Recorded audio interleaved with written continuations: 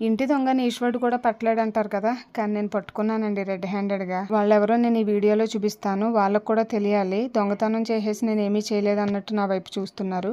నేనైతే ఈ వీడియోలో మీకు పక్కా కొలతలతో పరమాన్నం చూపించబోతున్నాను. కొంతమంది పరమాన్నం అంటారు, కొంతమంది క్షీరాన్నం అంటారు, కొంతమందికి పలచగా, మరి కొంతమందికి చిక్కగా, కొంతమందికి తీపి సరిపోదు.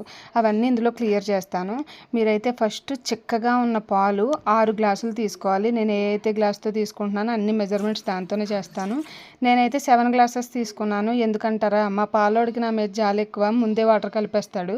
7 గ్లాస్ పాలు తీసుకుని 1 గ్లాసు వాటర్ పోసుకున్నాను.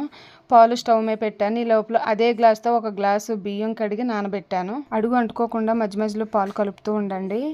పాలు పొంగురాడానికి టైం పడుతుంది. ఈ లోపల బెల్లం వీలైనంత మెత్తగా తురుముకోండి. ఏం కావాలమ్మా నీకు?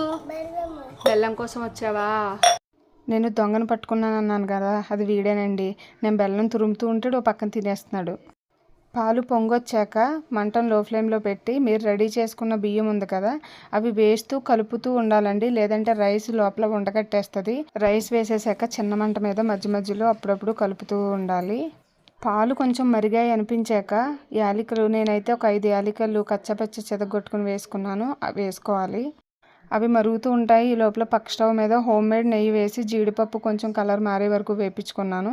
నెక్స్ట్ ఇది చూసారు, ఇంకొంచెం చిక్కబడింది. రైస్ ఉడికిపోయి ఇంకా చిక్కగా అవ్వాలండి, లేకపోతే వాటరీగా ఉంటుంది పరమాన్నం. చూడండి, ఈ విధంగా చిక్కబడిపోయాక స్టవ్ ఆపేసుకుని గిన్నె స్టవ్ మీద ఉంచకుండా పక్కన పెట్టేసుకోవాలి. ఒక్కోసారి ఒక్కో బెల్లానికి స్టవ్ మీద ఉన్నా కూడా పరమాన్నం విరిగిపోతుంది. అందుకే పక్కన పెట్టేసుకుని 1 గ్లాస్ రైస్కి 1.5 గ్లాస్ బెల్లం పడుతుంది. 1 గ్లాసు ఫుల్గా తలగీసి కాకుండా పైదాకా వేసి ఇంకో గ్లాసులో హాఫ్ వేసుకోండి. బెల్లం వేసాక ఎప్పుడు కూడా పరమాన్నం కలుపుకూడదు, మూత పెట్టి ఉంచేయాలి. అది కొంచెం చల్లారాక అప్పుడు కలుపుకోవాలి. దానివల్ల ఏంటంటే క్రీమీగా ఉంటుంది, వాటర్లా కాకుండా.